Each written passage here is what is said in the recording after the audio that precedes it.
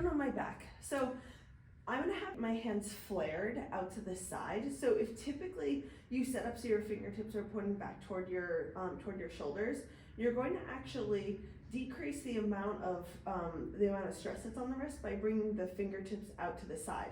So it gets a little confusing. So what I always say is start with your fingertips pointing back toward like the tops of your shoulders, and then go to the outside of your mat. My elbows are pointing straight up.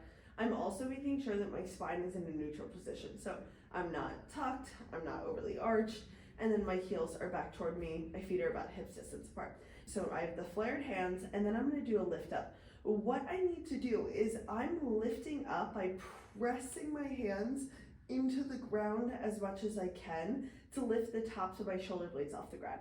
So I'm going to press my hands in the ground, press my feet into the ground, come up, and then back down.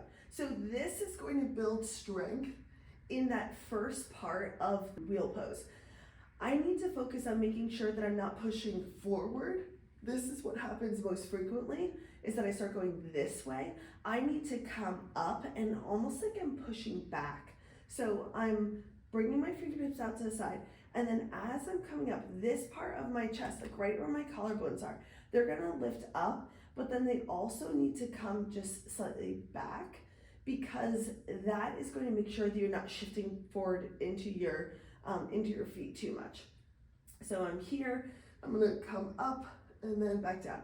A good gauge is making sure that your elbows stay pointing straight up. So you don't want them coming down this way, but then you also don't want them pushing back too much either.